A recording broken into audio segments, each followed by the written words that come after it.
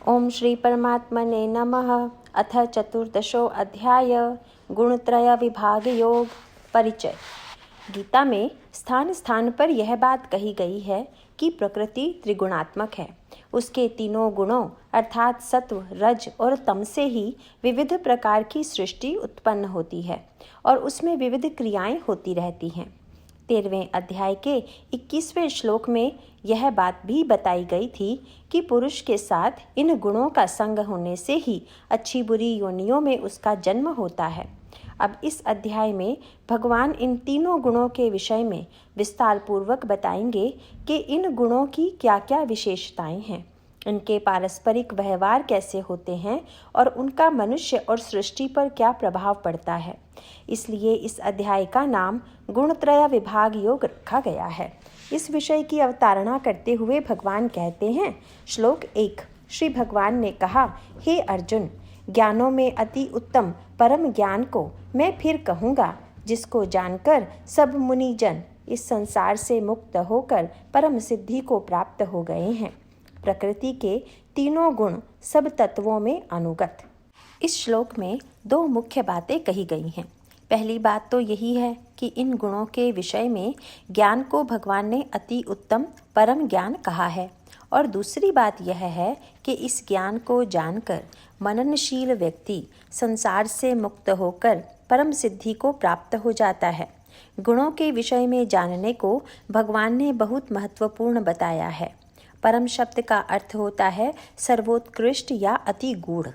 सृष्टि के मूल में भगवान की ही अपनी शक्ति प्रकृति अथवा माया रहती है। प्रकृति को अव्याकृत, प्रधान और महद ब्रह्म भी कहा जाता है। तीनों गुण प्रकृति में इस प्रकार रहते हैं जैसे तीन भिन्न रंगों की डोरियों को बटकर एक रस्सी बनाई जाती है। ये डोरियां रस्सी का भाग ही नहीं होती, बल्कि रस्सी में इन डोरियों के अतिरिक्त और कोई वस्तु भी नहीं होती। इसी प्रकार प्रकृति में न केवल ये तीन गुण विद्यमान रहते हैं, वरन उन तीन गुणों से ही प्रकृति का निर्माण होता है। मूल प्रकृति का पहला रूपांतर बुद्धि अथवा महत तत्व में होता है, जो निश्चय करने की शक्ति का परिचायक है। महत तत्व का रूपांतर अहंकार में होता है, जो सृष्टि में भिन्नता और भेदात्मक भावों का परिचायक है। यहीं से इन तीन गुणों का व्यक्त होना प्रारंभ होता है। सात्विक अर्थात वैकृत अहंकार से मन प्रकट होता है। राजसिक अथवा तेजस अहंकार से ज्ञानेंद्रियां और कर्मेंद्रियां प्रकट होती हैं, और तामस अर्थात भूत आदि अहंकार से पांचों तन्मात्राएं और 5 स्थूल भूतों का प्राकट्य होता है। इस प्रकार प्रकृति के इन 23 तत्वों के मूल में ये तीनों गुण ही रहते हैं। इसलिए भगवान इन गुणों के ज्ञान को परम ज्ञान बताते हैं। इन तत्वों का वर्णन अध्याय 3 श्लोक संख्या 27 के विवेचन में आ चुका है। गुणों के ज्ञान से परम सिद्धि। इस ज्ञान को जान लेने पर मुनि अर्थात मननशील व्यक्ति इस संसार से मुक्त होकर परम सिद्धि को इसलिए प्राप्त हो जाते हैं क्योंकि वे भली प्रकार यह जान लेते हैं कि संसार में जो कुछ हो रहा है वह तो इन तीनों गुणों का पारस्परिक खिलवाड़ मात्र है। उनसे मनुष्य का केवल इतना ही संबंध है जितना प्रभाव उन गुणों का मनुष्य के शरीर पर पड़ता है। शरीर तो मनुष्य का एक उपकरण मात्र है। स्वरूप से तो मनुष्य निर्गुण आत्म तत्व ही है। जब मनुष्य की धारणा में यह बात भली प्रकार और दृढ़ रूप से बैठ जाती है, तब वह अपने को इन गुणों के खिलवाड़ से सर्वथा पृथक समझ लेता है। यही संसार से मुक्त होकर उसका परम सिद्धि को प्राप्त हो जाना है। संबंध। इस ज्ञान को प्राप्त करके मनुष्य क्या केवल संसार से मुक्त ही हो जाता है, क्या उसे कुछ और भी उपलब्धि होती है, यह बताते हुए भगवान कहते हैं, श्लोक नंबर 2। हे अर्जुन, इस ज्ञान को आश्रय करके अर्थात धारण करके मेरे स्वरूप को प्राप्त हुए पुरुष सृष्टि के आदि में पुनः उत्पन्न नहीं होते हैं और प्रलय काल में भी व्याकुल नहीं होते हैं। गुणों के ज्ञान द्वारा पुनर्जन्म से मुक्ति। इस श्लोक में भगवान इस ज्ञान को धारण करने वाले मनुष्य के लिए कुछ और उपलब्धियां बताते हैं। पहली उपलब्धि तो यह है कि इस ज्ञान का आश्रय ले लेने पर मनुष्य परमात्मा के ही स्वरूप को प्राप्त हो जाता है। भगवान सर्वशक्तिमान, सर्वज्ञ, सर्वांतर्यामी और अमृत तत्व है। उसके स्वरूप को प्राप्त हो जाने का यह कितना बड़ा महत्व है कि इन सभी बातों में उस मनुष्य की भी साझेदारी हो जाती है जो इस ज्ञान को धारण कर लेता है। दूसरी उपलब्धि यह है कि ऐसा व्यक्ति पुनः सृष्टि होने पर फिर शरीर धारण नहीं करता और जिस शरीर में उसे उस ज्ञान की प्राप्ति होती है उसको छोड़ते समय भी उसको किसी प्रकार का कोई कष्ट या क्लेश नहीं होता। संबंध। इस ज्ञान की इतनी प्रशंसा करने के बाद भगवान अब इस सृष्टि की उत्पत्ति के विषय में बताते हैं। इस बात को वह पिछले अध्यायों में भी कह चुके हैं, परंतु यहाँ संक्षेप में एक और सृष्टि की उत्पत्ति और दूसरी ओर मनुष्य की वंशोत्पत्ति में सामंजस्य सा दिखाते हुए भगवान कहते हैं, श्लोक नंबर 3 और 4। मुझ ईश्वर की माया त्रिगुणमयी प्रकृति समस्त भूत प्राणियों की योनि या जन्म स्थान अर्थात कारण है। महत ब्रह्म रूपी योनि में मैं सब भूतों की उत्पत्ति के कारण रूप बीज को स्थापित किया करता हूँ। इस क्रिया से ही समस्त भूतों की उत्पत्ति होती है।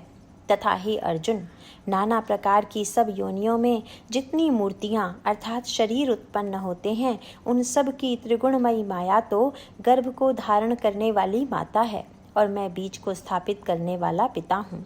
जड़ चेतन के संयोग से ही सृष्टि की उत्पत्ति।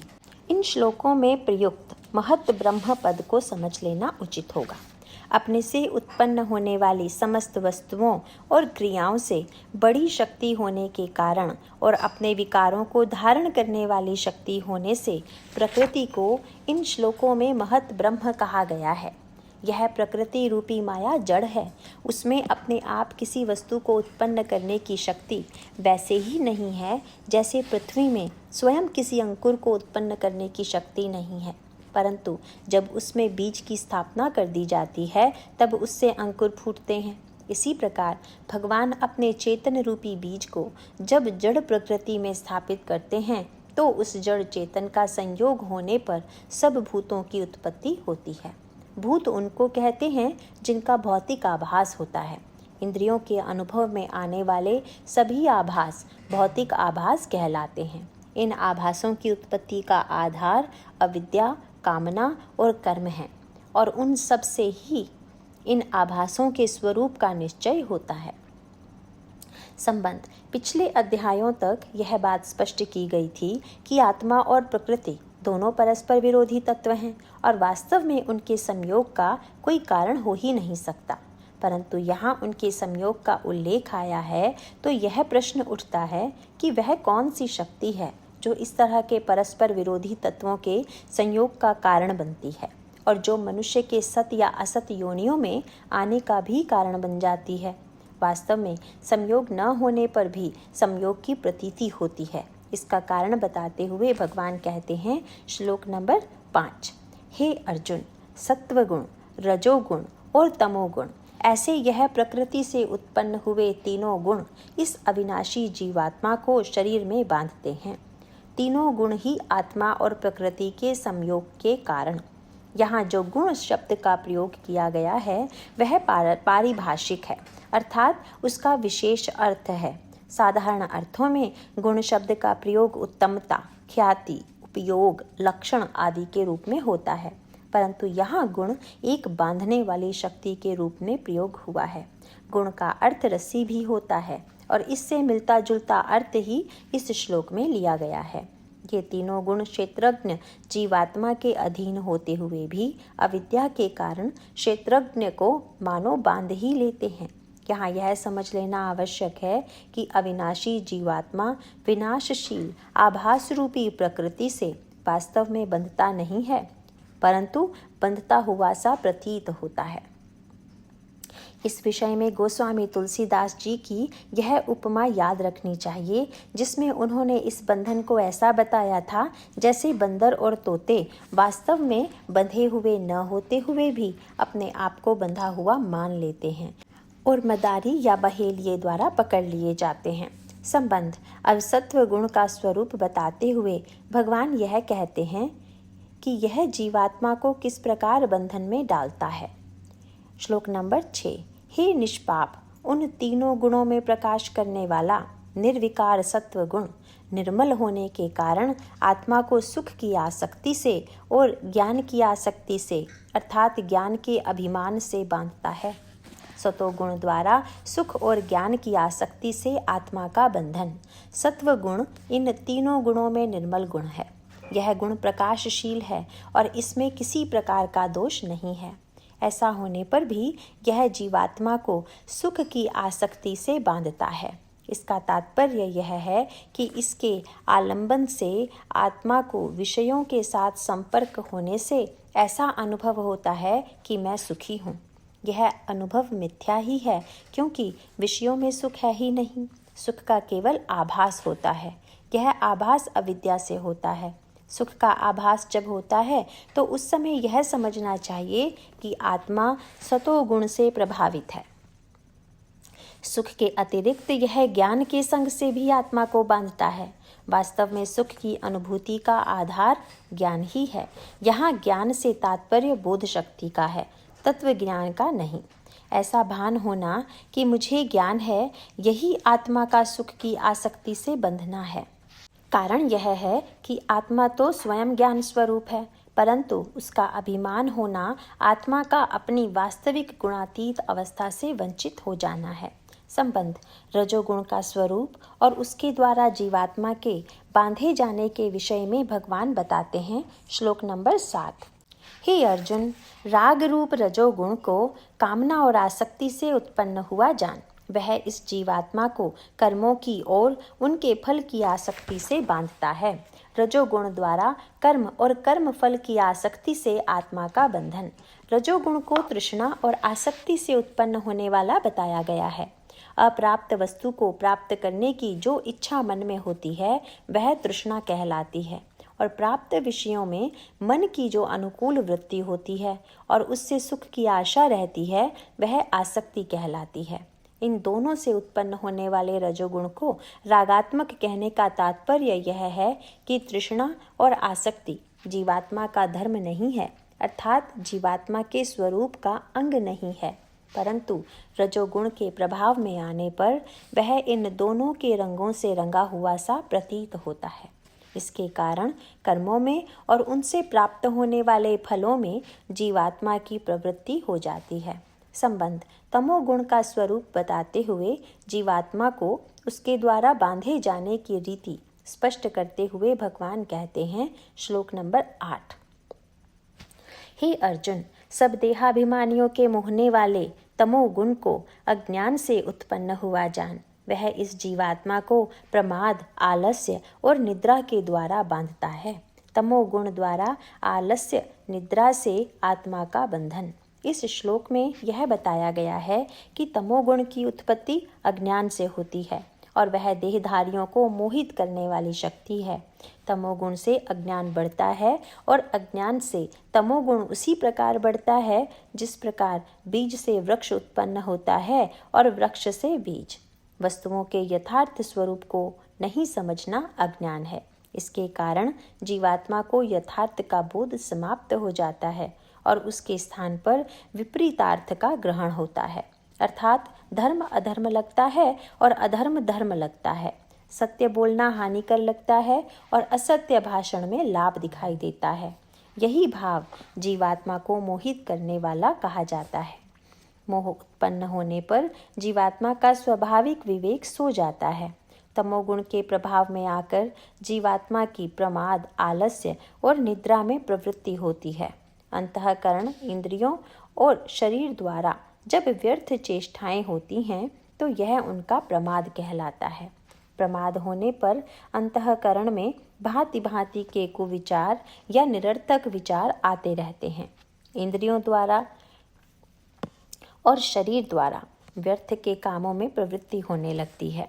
निद्रा से यदि केवल शरीर और इंद्रियों को विश्राम ही दिया जाए तब तो कोई हर्ज नहीं, परंतु तमोगुण बढ़ने पर निद्रा से विश्राम लेने की बात समाप्त हो जाती है और निद्रा और अधिक से अधिक निद्रा सुखकर लगने लगती है। यही तमोगुण द्वारा जीवात्मा का बांधा जाना है। संबंध अंतःकरण में इन तीनों गुणों के अलग अलग प्राकट्य होने से क्या प्रभाव होता है, यह बताते हुए भगवान कहते हैं। श्लोक नंबर 9। क्योंकि हे अर्जुन, सत्वगुण सुख में लगाता है और रजोगुण कर्म में लगाता है तथा तमोगुण तो ज्ञान को आच्छादित करके अर्थात ढक के प्रमाद में भी लगाता है। सतोगुण द्वारा सुख में, रजोगुण द्वारा कर्म में और तमोगुण द्वारा प्रमाद में संयोजन। यह श्लोक इसलिए अत्यंत महत्वपूर्ण है कि इससे मनुष्य अपनी प्रवृत्ति को समझकर यह जान सकता है कि उसमें किस समय किस गुण के प्रभाव की प्रधानता हो रही है। जब मनुष्य की प्रवृत्ति सुख में हो तो उसे समझना चाहिए कि चित्त में सत्व गुण की प्रधानता है। सुख शब्द अंतःकरण के उस भाव के लिए प्रयुक्त होता है जिसमें भजन, ध्यान, सेवा इत्यादि के अभ्यास के प्रति मनुष्य की रुचि होती है। उस समय बुद्धि की स्वाभाविक गति परमात्मा विषयक ज्ञान की ओर होती है।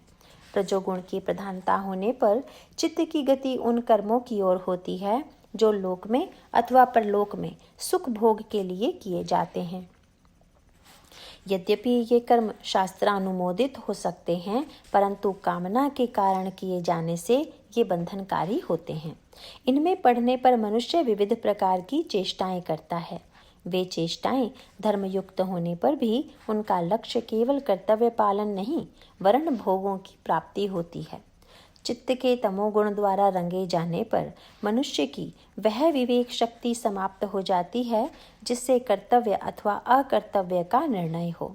इस कारण कर्तव्य पालन में अवहेलना हो जाती है और अकर्तव्य या व्यर्थ चेष्टाओं की ओर मनुष्य की प्रवृत्ति हो जाती है। निद्रा और आलस्य में सुख की प्रतीति होने लगती है और इसी कारण मद्यपान और इंद्रियों को सुलाने वाले द्रव्यों की ओर मन का रुझान हो जाता है। संबंध इन तीनों गुणों के प्रभाव को बताकर अब भगवान यह बताते हैं कि इन गुणों का प्रभाव किस प्रकार प्रधान रूप से चित्त को रंगता है। श्लोक नंबर 10। हे अर्जुन, रजोगुण और तमोगुण को दबाकर सत्वगुण बढ़ता है तथा रजोगुण और सत्व गुण को दबाकर तमोगुण बढ़ता है। वैसे ही तमोगुण और सत्व गुण को दबाकर रजोगुण बढ़ता है। दो गुणों को दबाकर तीसरे गुण की प्रधानता। यह बात समझ लेनी अत्यंत आवश्यक है कि ये तीनों गुण मनुष्य के अंतःकरण में साथ साथ रहते हैं। कारण यह है कि मनुष्य का अंतःकरण इंद्रियां और शरीर प्रकृति के कार्य होने के कारण प्रकृति के तीनों गुण उनमें साथ साथ ही रहते हैं, परंतु पूर्वकृत कर्मों के प्रभाव से अथवा इस जन्म में किए गए अभ्यास से कभी एक गुण की प्रधानता हो जाती है और कभी दूसरे गुण की। इसलिए भगवान ने यह कहा है कि सतोगुण जिस समय बढ़ता है तो रजोगुण और तमोगुण दबे रहते हैं। इसी प्रकार सतोगुण और तमोगुण को दबाकर रजोगुण बढ़ता है और सतोगुण और रजोगुण को दबाकर तमोगुण बढ़ता है। इन गुणों को बढ़ाने में 10 तत्वों का योग होता है। ये 10 तत्व निम्नलिखित हैं। शास्त्र, जल, संतान, देश, काल, कर्म, जन्म, ध्यान, मंत्र और संस्कार। इनमें से कुछ तत्व तो स्वभावगत हैं और कुछ प्रयत्न द्वारा प्राप्त किए जाते हैं। जो प्रयत्न द्वारा प्राप्त किए जाते हैं उनको मनुष्य स्वेच्छा से ग्रहण करता है। उदाहरणार्थ, यदि सत्वगुण की ओर रुचि हो तो उसको बढ़ाने वाले शास्त्र, देश, कर्म, ध्यान और मंत्र को ग्रहण किया जाता है। इसी प्रकार अन्य गुणों के विषय में भी समझना चाहिए। संबंध यहाँ तक तीनों गुणों के लक्षण और उनके प्रभाव बताए गए। 10वें श्लोक में यह बताया गया कि जिस समय इनमें से कोई गुण प्रधानता में आता है तो उस समय शेष 2 गुण नीचे दब जाते हैं। जो गुण प्रधानता में आता है उसके क्या लक्षण होते हैं, यह बताते हुए भगवान कहते हैं। श्लोक नंबर 11। जिस काल में इस देह के द्वारों अर्थात अंतःकरण और इंद्रियों में चेतना और बोध शक्ति उत्पन्न होती है, उस काल में ऐसा जानना चाहिए कि सत्व गुण बड़ा है। सत्व गुण की प्रधानता के लक्षण: प्रकाश व ज्ञान। इस श्लोक में इस शरीर के द्वारों का उल्लेख हुआ है। शरीर के विभिन्न अंग, इंद्रियां और अंतःकरण ही शरीर के द्वार हैं, जिनसे बाहर से प्राप्त होने वाले स्पंदनों का अनुभव किया जाता है। जब सत्वगुण बढ़ा हुआ होता है तब अंतःकरण में ज्ञान का प्रकाश छा जाता है। अंतःकरण के प्रकाशित होने पर इंद्रियां और शरीर के सब अंग प्रकाशित हो जाते हैं और उनमें एक प्रकार की चेतनता और स्फूर्ति सी आ जाती है, जिसके कारण वे अपने अपने विशेष कार्य करने के लिए सामर्थ्यवान हो जाते हैं। जब ऐसा हो तो समझ लेना चाहिए कि अंतःकरण में सत्व गुण की वृद्धि हुई है। इस प्रकाश का फल यह होता है कि बुद्धि का विवेक तीव्र हो जाता है, मन में हल्कापन और हर्ष का अनुभव होता है।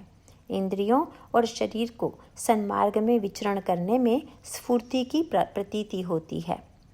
रजोगुण की वृद्धि के लक्षण बताते हुए भगवान कहते हैं, श्लोक नंबर 12, हे अर्जुन, रजोगुण के बढ़ने पर लोभ और प्रवृत्ति अर्थात सांसारिक चेष्टा तथा सब प्रकार के कर्मों का स्वार्थ बुद्धि से आरंभ एवं अशांति अर्थात मन की चंचलता और विषय भोगों की लालसा, यह सब उत्पन्न होते हैं। रजोगुण की प्रधानता के लक्षण प्रवृत्ति, अशांति और लोभ। जब रजोगुण बढ़ा हुआ होता है तो चित्त में लोभ की प्रवृत्ति जागृत होती है। जो कुछ अपने पास है उससे असंतोष होने लगता है और अधिक पाने की लालसा यहाँ तब तक बढ़ जाती है कि दूसरों के द्रव्य को भी प्राप्त करने में किसी प्रकार का संकोच नहीं होता। तरह तरह की इच्छाएं मन को घेर लेती हैं और उन इच्छाओं को प्राप्त करने के लिए मन यह ताने बाने बुनने लगता है कि क्या क्या कर्म किए जाएं जिससे इन इच्छाओं की पूर्ति हो। इसके साथ ही नए नए काम आरंभ करने की इच्छा प्रबल हो जाती है, जिससे कामनाओं और लोभ की अधिक पूर्ति हो सके। मन में और इंद्रियों में अशांति और बेचैनी सी होने लगती है, जिसके मूल में यह भाव होता है कि यदि इच्छाओं की पूर्ति के लिए कर्म न किए गए तो बड़ी हानि हो जाएगी। तरह तरह की तृष्णाएं और दूसरों के पास वस्तुओं को देखकर वैसी ही वस्तुएं स्वयं उपलब्ध करने की इच्छा जागृत हो जाती है। अब तमोगुण के बढ़ने पर क्या लक्षण उत्पन्न होते हैं, यह बताते हुए भगवान कहते हैं, श्लोक नंबर 13, हे अर्जुन, तमोगुण के बढ़ने पर अंतःकरण और इंद्रियों में अप्रकाश एवं कर्तव्य कर्म में अप्रवृत्ति और प्रमाद अर्थात व्यर्थ चेष्टा और निद्रादि अंतःकरण की मोहिनी वृत्तियां, ये सभी उत्पन्न होते हैं। तमोगुण की प्रधानता के लक्षण अप्रवृत्ति और प्रमाद। जिस समय तमोगुण की वृद्धि होती है तो अंतःकरण, मन और इंद्रियों में एक अंधेरा सा छा जाता है। मन में बेचैनी रहती है, परंतु किसी वस्तु को प्राप्त करने के लिए जो कर्म करने की इच्छा रजोगुण में होती है, उन कर्मों में प्रवृत्त होने को मन नहीं चाहता। कर्तव्य क्या है और अकर्तव्य क्या है, इसका निर्णय भी विपरीत ही होने के कारण या तो मन आलस्य से भर जाता है या व्यर्थ और निरर्थक चेष्टाओं में रुचि उत्पन्न हो जाती है। निद्रा भी विश्राम के लिए नहीं ली जाती, वरन इस भाव से ली जाती है कि कदाचित अधिक से अधिक सोने से अधिक सुख प्राप्त होगा। स्मृति मंद हो जाती है, विवेक शक्ति का अभाव हो जाता है और किसी विषय को सही सही समझने के लिए मन ही नहीं करता। इन तीनों गुणों के जो लक्षण ऊपर बताए गए हैं, उनको बहुत अच्छी तरह समझ लेने की आवश्यकता है। मनुष्य के दैनिक जीवन में उपर्युक्त तीनों प्रकार के भावों का उतार चढ़ाव होता रहता है। यूँ तो हर व्यक्ति में ये तीनों भाव समय समय पर उभरते और डूबते रहते हैं, परंतु जब सतोगुण की अधिकता होती है तो मनुष्य की स्वाभाविक रुचि ईश्वर प्राप्ति के मार्ग में हो जाती है। रजोगुण की प्रवृत्ति बढ़ने पर सांसारिक भोग बड़े रुचिकर लगने लगते हैं और तमोगुण की अधिकता होने पर या तो विषाद हो जाता है या मद। इन दोनों से ही मनुष्य अपनी स्वाभाविक सामर्थ्य का दुरुपयोग करता है, कामनाओं द्वारा कर्तव्य का रूप धारण। यहाँ पर एक बात और ध्यान देने की अत्यंत आवश्यकता है। कभी कभी या बहुधा हमारे मन की कामनाएं कर्तव्य का रूप धारण करके उदय होती हैं और मन में रजोगुणी या तमोगुणी वृत्ति होते हुए भी ऐसा लगता है कि हम तो कर्तव्य कर रहे हैं। ऐसे अवसरों पर बहुत सावधान रहने की आवश्यकता है। इस विषय में सही निर्णय करने का मापदंड यह है कि कर्तव्य इस भावना से प्रेरित होकर किया जाए कि ऐसा करना कर्तव्य मात्र है। हमको इस बात से कोई मतलब नहीं होना चाहिए कि इस कर्तव्य को करने से लाभ होगा या हानि। ऐसा कर्तव्य पालन सतोगुण के क्षेत्र में आता है। यदि कहीं कर्तव्य पालन करते समय व्यक्तिगत लाभ या लोभ इत्यादि की भावना दिखाई दे तो समझना चाहिए कि रजोगुण बढ़ रहा है, और यदि कर्तव्य करने का लक्ष्य दूसरे को हानि पहुंचाना हो तब तो वह तमोगुण ही कहा जाएगा। इसलिए अपने दैनिक कर्तव्यों को करते समय बहुत सावधानी बरतने की आवश्यकता है, जिससे कर्तव्य करने से जो परम श्रेय की वस्तु है वह प्राप्त हो। ऐसा नहीं हो कि कर्तव्य करने का श्रम तो पूरा करना पड़े और रजोगुण अथवा तमोगुण की प्रधानता से उसका प्रभाव उल्टा ही हो। संबंध। उपर्युक्त 3 श्लोकों में उन लक्षणों का वर्णन किया गया है जिनसे तीनों गुणों की प्रधानता को पहचाना जा सकता है। अब भगवान यह बताते हैं कि मरते समय किस गुण की प्रधानता होने पर किस प्रकार की गति होती है। सतोगुण की प्रधानता में मरने वाले व्यक्ति की गति बताते हुए भगवान कहते हैं, श्लोक नंबर 14, हे अर्जुन, जब वह जीवात्मा सत्वगुण की वृद्धि में मृत्यु को प्राप्त होता है तब वह उत्तम कर्म करने वालों के निर्मल अर्थात दिव्य स्वर्ग आदि लोकों को प्राप्त होता है। सतोगुण की वृद्धि में मरणोत्तर गति दिव्य लोक। जिस समय स्थूल शरीर से जीवात्मा का संबंध छूटता है वही समय मृत्यु का कहा जाता है। उस समय यदि सतोगुण की प्रधानता होती है तो मनुष्य को ऐसे शरीर की प्राप्ति होती है जिसमें उसकी चेतना को स्वर्ग अथवा स्वर्ग जैसे सुख की अनुभूति होती है। जैसा पहले कहा जा चुका है, स्वर्ग आदि की कल्पना करते समय ऐसा समझा जाता है कि पृथ्वी के ऊपर भौतिक स्वरूप वाले अन्य लोक हैं जिनमें स्वर्ग भी एक लोक है। ऐसा होना आवश्यक नहीं है। प्रधानता भौतिक शरीर की नहीं है बल्कि चेतना की है। सतोगुण की वृद्धि के समय मृत्यु को प्राप्त होने में जिन लोकों की प्राप्ति यहाँ कही गई है वे भी दिव्य लोक हैं। उन लोकों की प्राप्ति होने का तात्पर्य यह है कि उस समय चेतना में किस प्रकार का मल, विकार या दोष नहीं रहता। केवल शुद्ध प्रकाश और सात्विकता से चेतना ओतप्रोत रहती है। ऐसे लोकों में जिन अन्य जीवात्माओं से संसर्ग होता है वे भी अत्यंत उच्च विचार वाले और भगवान में अपनी चेतना को लगाने वाले होते हैं। संबंध। रजोगुण और तमोगुण की प्रधानता के समय मरने वालों की गति को बताते हुए भगवान कहते हैं, श्लोक नंबर 15, जिस काल में रजोगुण बढ़ता है उस काल में मनुष्य मृत्यु को प्राप्त होकर कर्मों की आसक्ति वाले मनुष्यों में उत्पन्न होता है तथा तमोगुण के बढ़ने पर मरा हुआ पुरुष कीट पशु आदि मूढ़ योनियों में उत्पन्न होता है। मरणोत्तर गति। रजोगुण की वृद्धि में मनुष्य लोक, तमोगुण की वृद्धि में नीच लोक।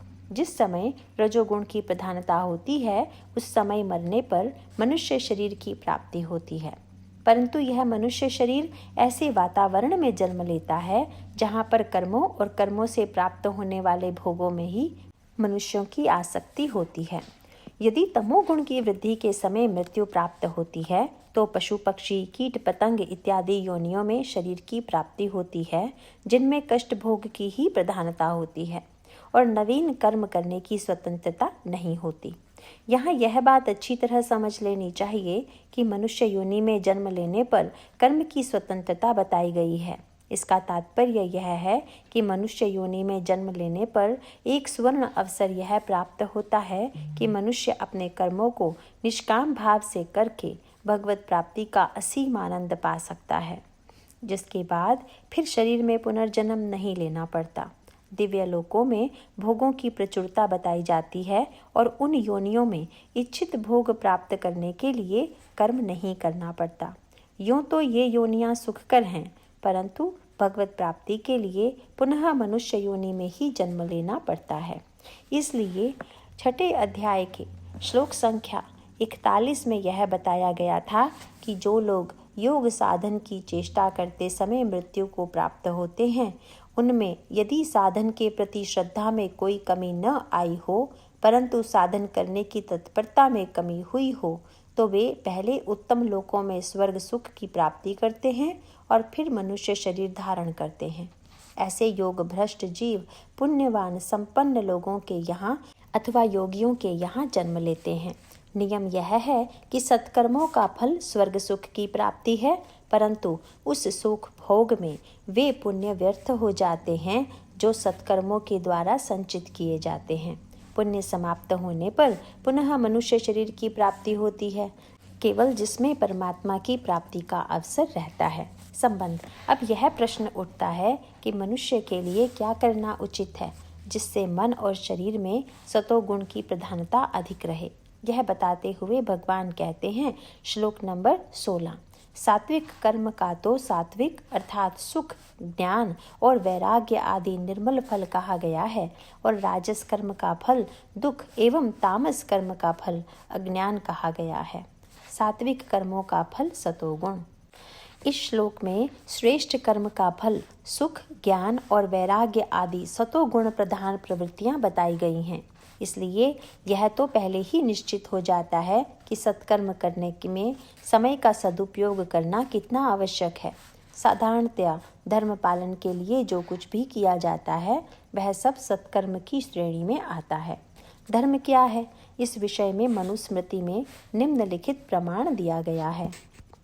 धृतिः क्षमा दमोस्तेयं शौचम इंद्रियम निग्रहः धीर्विद्या सत्यम अक्रोध दशकम धर्म लक्षणम। अर्थात सद्गुणों को धारण करने की शक्ति, क्षमा, इंद्रियों का दमन, चोरी न करने का स्वभाव, आंतरिक और बाहरी शुद्धता, इंद्रियों को विषयों में प्रवृत्त न होने देना, शुद्ध बुद्धि, विद्या प्राप्त करने की चेष्टा करना, सत्य और क्रोध रहित होना, ये धर्म के लक्षण हैं। आचरण में इनका प्रयोग करने से चित्त और शरीर में सतोगुण की प्रधानता होने लगती है। रजोगुणी कर्मों का फल दुख। भोगों की प्राप्ति के लिए जो कर्म अहंकार से प्रेरित होकर और बहुत श्रम से संपन्न किए जाते हैं, उनके बार बार करने से मन में अशांति उत्पन्न होती है। उन कर्मों से जो भोग प्राप्त होते हैं वे भी अत्यंत दुखदायी ही होते हैं। ऐसे कर्मों से मन में रजोगुण के संस्कारों की वृद्धि होती है। व्यवहारिक दृष्टि से यह समझ लेना चाहिए कि जब भी दुख, शोक, चिंता, विषाद आदि से मन आक्रांत हो तो तुरंत सावधान हो जाना चाहिए कि मन में रजोगुण की वृद्धि हो रही है। वास्तव में किसी प्रकार के भी सांसारिक सुख की आशा करना ही परम दुख का कारण है। जब भी मन में अशांति या दुख होगा तो ध्यानपूर्वक मनन करने से यही निष्कर्ष निकलेगा कि कहीं ना कहीं सुख की आशा थी जिसकी पूर्ति न होने से दुख की उत्पत्ति होती है। ऐसे समय में मन को तुरंत निष्काम भाव से कर्तव्य करने की ओर मोड़ देने से रजोगुण और उसके फल दुख की तत्काल निवृत्ति हो जाती है। तमोगुणी कर्मों का फल अज्ञान। जो कर्म मोहवश कर्तव्य अकर्तव्य का विचार किए बिना या अपनी सामर्थ्य को सोचे विचारे बिना और अधर्म से प्रेरित होकर किया जाता है, उससे चित्त में तमोगुण बढ़ता है। ऐसे तमोगुणी कर्मों का फल अज्ञान है। ऊपर जो धर्म के 10 लक्षण दिए गए हैं, इनके विपरीत भावों को धारण करने से अधर्म होता है। यहाँ यह भी स्पष्ट होना चाहिए कि किसी भी समय मनुष्य की प्रवृत्ति या तो धर्म में होती है या अधर्म में। इनके बीच में टंगने की कोई स्थिति नहीं है। धर्म शब्द का अर्थ ही यह है कि जो धारण किया जाता है और जिससे मनुष्य अपनी मानवोचित विशेषताओं को भी धारण करने में समर्थ होता है। इसमें बाहरी क्रियाओं की प्रधानता नहीं होती, बल्कि अंदर की भावना ही मुख्य है। संबंध। 11वें, 12वें और 13वें श्लोकों में यह बताया गया था कि जब जिस जिस गुण की वृद्धि होती है तब वह किन लक्षणों से प्रकट होता है। सतोगुण की वृद्धि में प्रकाश और ज्ञान प्रकट होता है। रजोगुण की वृद्धि में कर्मों में आसक्ति, अशांति, तृष्णा, लोभ इत्यादि प्रकट होते हैं और तमोगुण की वृद्धि में अंधकार, प्रमाद, मोह इत्यादि प्रकट होते हैं। इसका तात्पर्य यह है कि इन लक्षणों से यह समझा जा सकता है कि कौन से गुण वृद्धि पर हैं। अब भगवान यह बताते हैं कि ये गुण वृद्धि पाने पर मनुष्य को किस ओर प्रवृत्त करते हैं। यह बताते हुए भगवान कहते हैं, श्लोक नंबर 17, सत्व गुण से ज्ञान उत्पन्न होता है और रजोगुण से निसंदेह लोभ उत्पन्न होता है और तमोगुण से प्रमाद और मोह उत्पन्न होता है और अज्ञान भी होता है। सतोगुण से ज्ञान, रजोगुण से लोभ और तमोगुण से अज्ञान की उत्पत्ति। जो तत्व रूपांतरित होकर किसी अन्य तत्व को जन्म देते हैं वे दूसरे तत्व में अनुगत रहते हैं। यदि सूत से डोरी या धागा बनता है और धागे से कपड़ा बनता है तो कपड़े में सूत अनुगत रहता है, केवल उसका रूपांतर हो जाता है। इस श्लोक में इसी बात को स्पष्ट किया गया है कि सत्वगुण से ज्ञान उत्पन्न होता है और ज्ञान में प्रवृत्त हो जाने पर यह समझना चाहिए कि मन में सत्वगुण की वृद्धि हो रही है। इसी प्रकार रजोगुण के बढ़ने पर लोभ उत्पन्न होता है और लोभ में प्रवृत्त हो जाने पर यह समझना चाहिए कि रजोगुण चढ़ाव पर है। प्रमाद और इंद्रियों में अंधकार छा जाना इस बात का द्योतक है कि तमोगुण बढ़ा हुआ है। इन लक्षणों से और इन प्रभावों से यह बात सुगमता से समझ में आ जाती है कि किस समय कौन सा गुण वृद्धि पर है। संबंध। इन गुणों के कारण जीवात्मा की क्या गति होती है, यह बताते हुए भगवान कहते हैं, श्लोक नंबर 18, इसलिए सतोगुण में स्थित हुए पुरुष स्वर्ग आदि उच्च लोकों को जाते हैं और रजोगुण में स्थित राजस पुरुष मध्य में अर्थात मनुष्य लोक में ही रहते हैं और तमोगुण के कार्य रूप, निद्रा, प्रमाद और आलस्य आदि में स्थित हुए तामस पुरुष अधोगति को अर्थात कीट, पशु आदि नीच योनियों को प्राप्त होते हैं। जीवात्मा की गति सतोगुण से उच्च लोक, रजोगुण से मनुष्य लोक और तमोगुण से नीच लोक। इस श्लोक में पुनः लोकों का वर्णन आया है। जैसा पहले कहा जा चुका है कि ये सब चेतना के स्तर होते हैं और चेतना का जो स्तर होता है उसकी संतुष्टि के लिए उसके अनुरूप ही शरीर की प्राप्ति होती है। चेतना की गति जब सुख की ओर होती है तब सूक्ष्म शरीर की प्राप्ति होती है और जो पुरुष प्रयत्न द्वारा अपने को सत्व गुण में स्थित रखता है धीरे धीरे उसके अंदर सूक्ष्म भावों का विकास होने लगता है और स्थूल भौतिक भावों की ओर से वह उदासीन होने लगता है। इसी प्रकार जिनकी प्रवृत्ति रजोगुण में होती है वे मरणोपरांत भी मनुष्यलोक में ही रहते हैं और जो स्वेच्छा से अपने प्रयत्न द्वारा तमोगुण में स्थित रहते हैं वे चेतना के निम्न स्तरों में जाते हैं। इस प्रसंग में 14वें और 15वें श्लोकों से इस श्लोक का संबंध समझ लेना आवश्यक है। उन श्लोकों में यह बताया गया था कि मृत्यु के समय जो गुण प्रधानता में रहते हैं उसी के अनुरूप मरणोपरांत योनियों की प्राप्ति होती है। यहाँ मनुष्य की उस गति का वर्णन आया है जो जीवन भर अर्जित किए भावों से संपन्न होती है। नियम तो यह है कि मरने के समय जो गुण प्रधानता से सक्रिय रहता है वही गुण मरणोपरांत तदनुरूप योनि प्राप्त कराता है। परंतु प्रायः ऐसा होता है कि जीवन भर जिस भाव का पोषण स्वेच्छा से और प्रयत्न पूर्वक किया गया हो उसी भाव की प्रधानता मरने के समय भी रहती है। यह बात इसलिए कही जाती है जिससे जीवन के प्रत्येक क्षण में मनुष्य अत्यंत सावधान रहे और अपनी आगे आने वाली गति के लिए केवल परिस्थितियों को ही जिम्मेदार ना समझे। यह इसलिए आवश्यक है क्योंकि मनुष्य योनि में ही स्वेच्छा से कर्म करने का अधिकार है जो और योनियों में नहीं है। यदि मनुष्य योनि को प्राप्त जीव इस जन्म में अपनी भविष्य की गति को नहीं संभालता है तो इसमें दोष उसी का है। यह बात अच्छी तरह समझ लेनी चाहिए। जीवन भर जिस वृत्ति का पोषण किया जाता है वह केवल अंत समय की गति का ही निर्धारण नहीं करती वरन इस जीवन में भी तदनुरूप ही भावों की प्राप्ति कराती है। जो मनुष्य स्वेच्छा से प्रयत्नपूर्वक सत्व गुण के भावों को अर्जित करता है वह इस जीवन में तो सुख और ज्ञान पाता ही है, साथ ही साथ यह भी सुनिश्चित हो जाता है कि मरने के समय उसमें उसी गुण की प्रधानता होगी। संबंध। इस प्रकार गुणों का विस्तार पूर्वक विवेचन करने के बाद अब भगवान यह स्पष्ट करते हैं कि चाहे सत्वगुण हो या रजोगुण या तमोगुण, तीनों गुण मनुष्य को बंधन में ही डालने वाले हैं। यह बात सही है कि सतोगुण के अर्जन से मनुष्य को सुख और ज्ञान प्राप्त होता है, परंतु ऐसा होने पर भी वह शरीर बंधन से उसे मुक्त नहीं करा पाता। इसी प्रकार रजोगुण और तमोगुण भी बंधनकारी हैं। इसका उदाहरण यह दिया जाता है कि सतोगुण सोने की जंजीर है, रजोगुण चांदी की जंजीर है और तमोगुण लोहे की जंजीर है। जंजीर के मूल्यों में बहुत अंतर होते हुए भी जंजीर तो जंजीर ही है। इसी प्रकार दूसरा उदाहरण उस जीने का दिया जाता है जिसमें सीढ़ियों के 3 समूह हैं।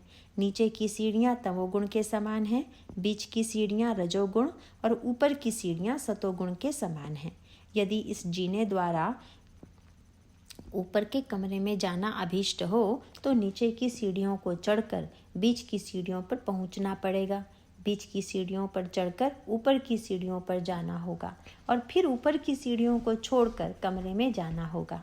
यदि किसी सीढ़ी पर अटक जाएं तो चाहे वह कितनी ही ऊपर की सीढ़ी क्यों ना हो, कमरे में जाना नहीं हो सकता।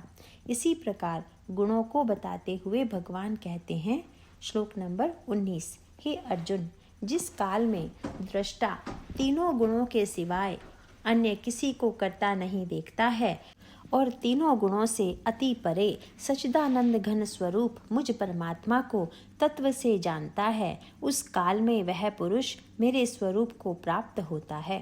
तीनों गुणों को ही कर्ता जानने से परमात्मा स्वरूप की प्राप्ति। इस श्लोक में जीवात्मा का उल्लेख दृष्टा और कर्ता के रूप में किया गया है। यह भेद समझ लेना आवश्यक होगा। जब तक जीवात्मा अपने आप को कर्मों का कर्ता मानता है, तब तक वह उन कर्मों के फल का भोक्ता भी अपने आप को समझता रहता है। परंतु वास्तविक स्थिति यह है कि शरीर का कर्तापन केवल प्रकृति के गुणों के द्वारा होता है। आत्मा का उन कर्मों से इतना ही संबंध रहता है कि वे कर्म उसकी शक्ति से किए जाते हैं।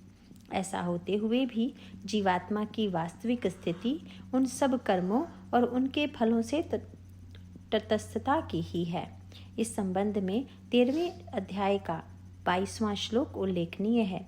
यदि जीवात्मा अपने को कर्ता मानता है तो यह मानना उसके अज्ञान के कारण होता है। इस श्लोक में भगवान यह बताते हैं कि जब जीवात्मा प्रकृति के गुणों को ही सब कर्मों का कर्ता समझता है, तब वह स्वयं उन कर्मों का केवल प्रकाशक, साक्षी या दृष्टा ही रह जाता है। फिर उन कर्मों के भोग का उस पर कोई दायित्व ही नहीं रहता। उस स्थिति में वह अपने परमात्म भाव को प्राप्त कर लेता है। यही बात 13वें अध्याय के 22वें श्लोक में उसकी वास्तविक स्थिति बताते हुए कही गई है। उसके शरीर द्वारा सब कार्य होते रहते हैं, परंतु वह उन सब से बिल्कुल असंग हो जाता है।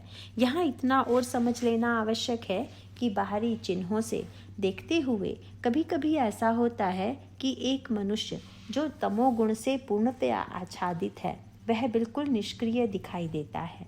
उसकी इस स्थिति को दृष्टा की स्थिति समझ लेना भारी भूल होगी। उसकी निष्क्रियता तो स्वयं एक कर्म या विपरीत कर्म बनकर उसको फलों से बांध सकती है। इसलिए यह नहीं समझना चाहिए कि कुछ जड़ी बूटियां खाकर अपने अंदर सुषुप्ति का भ्रम उत्पन्न करके कोई दृष्टा की स्थिति या सिद्ध अवस्था प्राप्त कर सकता है।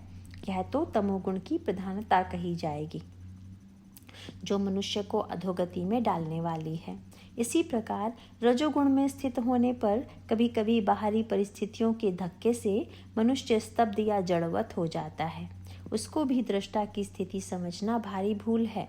दृष्टा की स्थिति तो तब प्राप्त होती है जब स्वेच्छा से प्रयत्नपूर्वक निष्काम भाव से सत्कर्म में रत रहकर उनको प्रकृति के गुणों द्वारा किया जाने वाला समझें या ज्ञान का साधन करने का अवलंबन करके जीवात्मा की परमात्मा से अभेद स्थिति का साक्षात कर लें।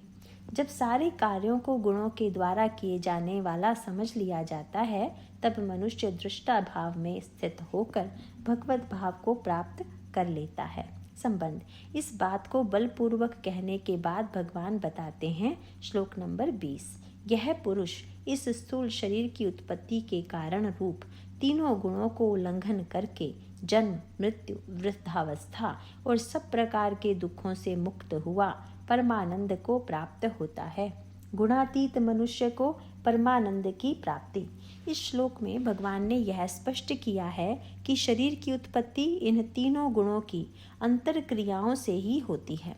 जब जीवात्मा अपने स्वरूप को इन तीनों गुणों के बिल्कुल अलिप्त और असंबंधित समझ लेता है, तब फिर वह जन्म, मृत्यु और वृद्धावस्था इत्यादि के दुखों से पूर्णतया मुक्त हो जाता है। कारण यह है कि ये सब अवस्थाएं केवल शरीर की हैं। जीवात्मा का इनसे कोई संबंध नहीं है।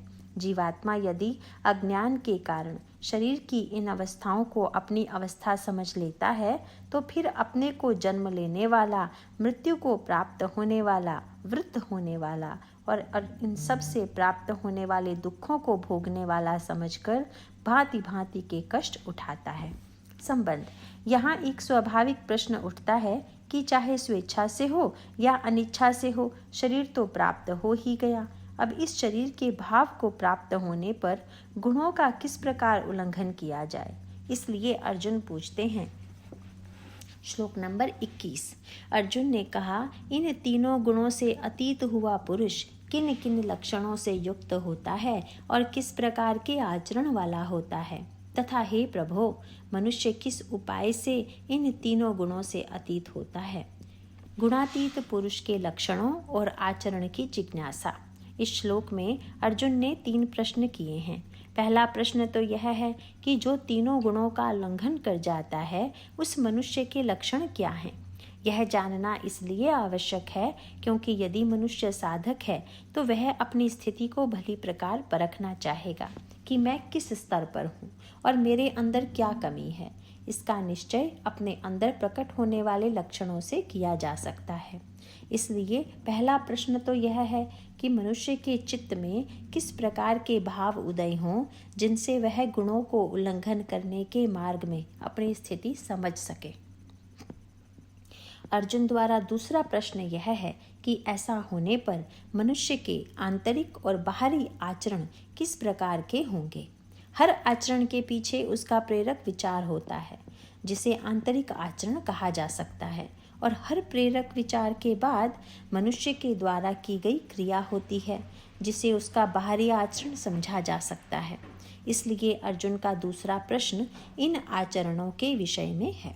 अर्जुन का तीसरा प्रश्न यह है कि किस उपाय का अवलंबन किया जाए जिससे गुणातीत स्थिति प्राप्त हो सके। संबंध।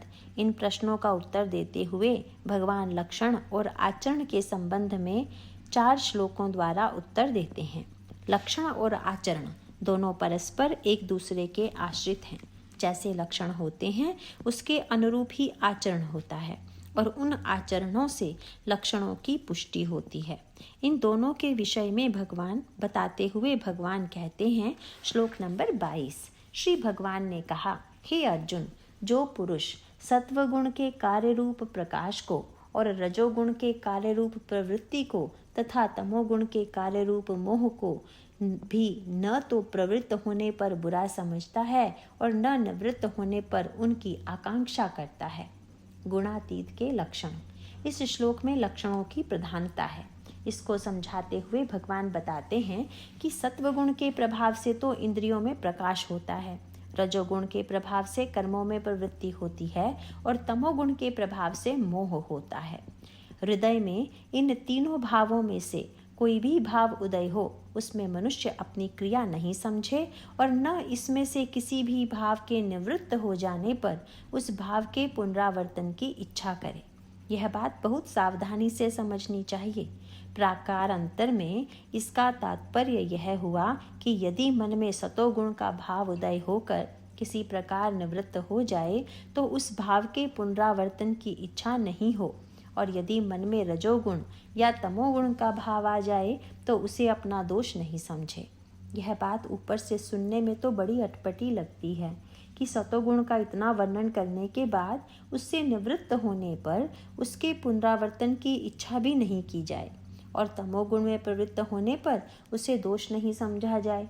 पर यदि बारीकी से देखा जाए तो इन गुणों का प्रभाव केवल शरीर, मन और इंद्रियों पर ही होता है।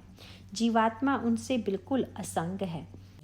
इन सब गुणों का उपयोग वह इनसे ऊपर उठने के लिए करता है। स्वाभाविक स्थिति में शांत रहते हुए भी कर्तव्य उपस्थित होने पर उसमें प्रवृत्त होना रजोगुण का काम है, परंतु निष्काम भाव रखने से उसी रजोगुणी प्रवृत्ति का सदुपयोग हो जाता है। तब यह प्रवृत्ति निस्वार्थ सेवा, सहायता इत्यादि के रूप में प्रतिबिंबित होती है। शरीर और इंद्रियों के थक जाने पर उचित मात्रा में निद्रा लेना ऊपर से देखने पर तमोगुण का प्रभाव दिखाई देता है, परंतु उस निद्रा से सुख लेने का भाव नहीं रखकर केवल विश्राम देने का भाव रखना उससे ऊपर उठना है। छठे अध्याय के 17वें श्लोक में भगवान यह कह ही चुके हैं कि दुखों का नाश करने वाला योग यथा योग्य आहार विहार करने वाले का, कर्मों में यथा योग्य चेष्टा करने वाले का और यथा योग्य सोने तथा जागने वाले का ही सिद्ध होता है। यहाँ भी प्रधानता बाहरी लक्षणों की नहीं है, बल्कि जीवात्मा के आंतरिक भाव की है। इस बात को बहुत स्पष्ट रूप से समझ लेना चाहिए, नहीं तो यह विचार दृढ़ हो जाता है कि गुणातीत मनुष्य तो हर समय निष्क्रिय होकर बैठा रहता है। यह समझना भारी भूल है, इसलिए इस श्लोक को पूरे महत्व के साथ समझना चाहिए। संबंध गुणातीत मनुष्यों के आचरणों का वर्णन करते हुए भगवान कहते हैं, श्लोक नंबर 23, जो साक्षी के सदृश स्थित हुआ गुणों के द्वारा विचलित नहीं किया जा सकता है और गुण ही गुणों में बरतते हैं, ऐसा समझता हुआ जो सच्चिदानंद घन परमात्मा में एक ही भाव से स्थित हुआ रहता है एवं उस स्थिति से चलायमान नहीं होता। गुणातीत मनुष्य के आचरण।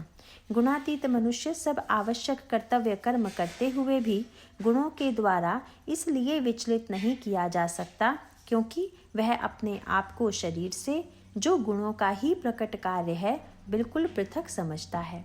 वह जानता है कि शरीर और इंद्रियों द्वारा जो भी क्रियाएं हो रही हैं, वह गुणों की पारस्परिक अंतर क्रियाओं का ही परिणाम है। आत्मा केवल उन सब क्रियाओं का साक्षी है और उसकी परमात्मा से कभी अलग न होने वाली एकता है। इसलिए सब आवश्यक कार्य करते हुए भी वह परमात्मा से एकता की इस स्थिति से विचलित नहीं होता।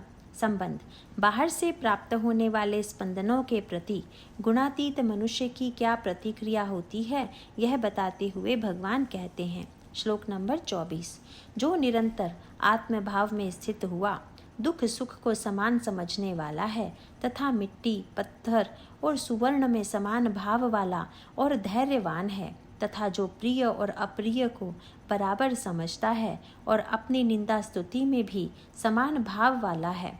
बाहर से प्राप्त होने वाले स्पंदनों के लिए गुणातीत मनुष्य की प्रतिक्रिया।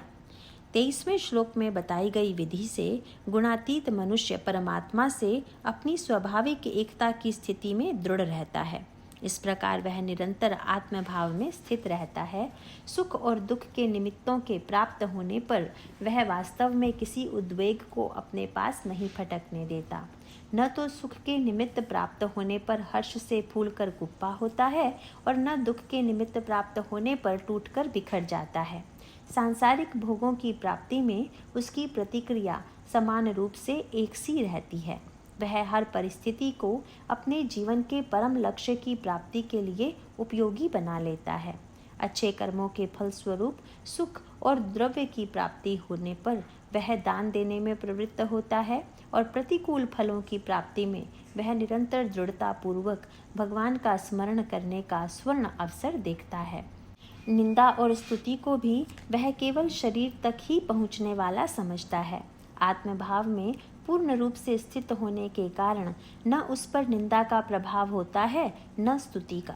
श्लोक नंबर 25, जो मान और अपमान में सम है एवं मित्र और बैरी के पक्ष में भी सम है, वह संपूर्ण आरंभों में कर्तापन के अभिमान से रहित हुआ पुरुष गुणातीत कहा जाता है।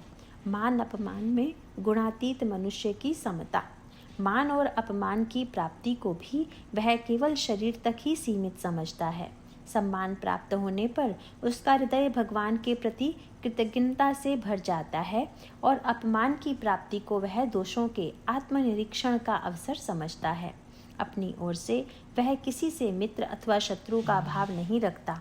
वह सबके लिए केवल सद्भाव ही रखता है, परंतु दूसरों से मित्रता या शत्रुता के भाव प्राप्त होने पर वह न हर्षित होता है और न बुरा मानता है। हर परिस्थिति में उसकी दृष्टि इस पर ही रहती है कि किस प्रकार उसके द्वारा सबका हित साधन हो। सांसारिक वस्तुओं में तृष्णा, स्पृहा, आसक्ति इत्यादि का अभाव होने के कारण उसकी कोई सांसारिक महत्वाकांक्षा नहीं होती और इसलिए वह किसी भी कार्य का आरंभ इस दृष्टि से नहीं करता कि उसमें उसका कोई स्वार्थ सिद्ध होगा। परिस्थितिवश जो कुछ भी होना वह उचित समझता है उसे केवल कर्तव्य पालन की दृष्टि से करता है। संबंध इस प्रकार 22वें श्लोक में प्रधानता से लक्षणों का वर्णन करके 23वें, 24वें और 25वें श्लोकों में प्रधानता से आचरणों का वर्णन किया गया है। अब गुणातीत अवस्था प्राप्त होने का सुगम उपाय बताते हुए भगवान कहते हैं, श्लोक नंबर 26, जो पुरुष अव्यभिचारी भक्ति रूप योग के द्वारा मेरे को निरंतर भजता है वह इन तीनों गुणों को अच्छी प्रकार उल्लंघन करके सच्चिदानंद घन ब्रह्म में एक ही भाव होने के लिए योग्य होता है। अव्यभिचारिणी भक्ति से गुणातीत अवस्था की प्राप्ति। जिज्ञासु के प्रति अतिशय प्रेम का भाव रखते हुए इस श्लोक में भगवान यह बताते हैं कि ऊपर कहे हुए लक्षण और आचरण यदि सुगमता से और पूर्णता से सिद्ध न हो सकें तो एक और अत्यंत सुगम उपाय भी है। वह उपाय यह है कि वाणी द्वारा, शरीर के कर्मों से और मन और बुद्धि को लगन से लगाकर निरंतर यदि भगवान का भजन करता रहे तो भी मनुष्य इन तीनों गुणों को लांघकर ब्रह्म की प्राप्ति कर लेता है। इस श्लोक में भक्ति योग की महिमा बताई गई है जिसका पूरा वर्णन 12वें अध्याय में आ ही चुका है। भगवान की सर्वज्ञता, सर्वव्यापकता, सर्वशक्तिमत्ता और सुहृदता पर पूर्ण विश्वास करके उन्हीं को अपना परम प्रेमास्पद और हितैषी समझते हुए और किसी अन्य का आश्रय लिए बिना जब उनकी भक्ति को हृदय में धारण किया जाता है वही भक्ति अव्यभिचारी भक्ति कहलाती है। इस प्रकार से भगवान को बुद्धि के निश्चय द्वारा, मन के विचार द्वारा, इंद्रियों और शरीर के कर्मों द्वारा जो भजता है उसके अंदर इन लक्षणों और आचरणों का प्राकट्य सुगमता से होने लगता है। इस श्लोक में एक महत्वपूर्ण बात यह भी बताई गई है कि भक्ति योग द्वारा जो सगुण साकार या सगुण निराकार रूप से परमात्मा की उपासना की जाती है उसका फल भी निर्गुण निराकार ब्रह्म की प्राप्ति है। संबंध 19वें श्लोक में गुणातीत होने पर भगवत भाव की प्राप्ति और 20वें श्लोक में अमृत की प्राप्ति बताई गई थी। ये सब तत्वतः एक ही हैं। यह बताते हुए भगवान कहते हैं, श्लोक नंबर 27, हे अर्जुन, इस अविनाशी पर ब्रह्म का और अमृत का तथा नित्य धर्म का और अखंड एक रस आनंद का मैं ही आश्रय हूँ, अर्थात उपर्युक्त ब्रह्म, अमृत, अव्यय और शाश्वत धर्म तथा एकांतिक सुख ये सब मेरे ही नाम हैं, इसलिए इनका मैं परम आश्रय हूँ। भगवान ही ब्रह्म, अमृत, शाश्वत धर्म और एकांतिक सुख। 26वें श्लोक में जिस अविनाशी पर ब्रह्म का, 20वें श्लोक में जिस अमृत पद का, 12वें अध्याय के अंतिम श्लोक में धर्मयामृत का जो उल्लेख किया गया था उन सब को इस श्लोक में भगवान अपना ही रूप बताते हैं। उनको ही प्राप्त होना अक्षय सुख है और यह अक्षय सुख ही परमानंद है जो भगवान का ही स्वरूप है। वस्तुतः इन सब फलों से एक परमात्म भाव की ही प्राप्ति बताई गई है। ओम तत्सदिति श्रीमद्भगवद्गीतासु उपनिषत्सु ब्रह्म विद्यायां योगशास्त्रे श्रीकृष्ण अर्जुन संवादे गुणत्रय विभाग योगो नाम 14 अध्यायः। हरि ओम तत्सत्, हरि ओम तत्सत्, हरि ओम तत्सत्।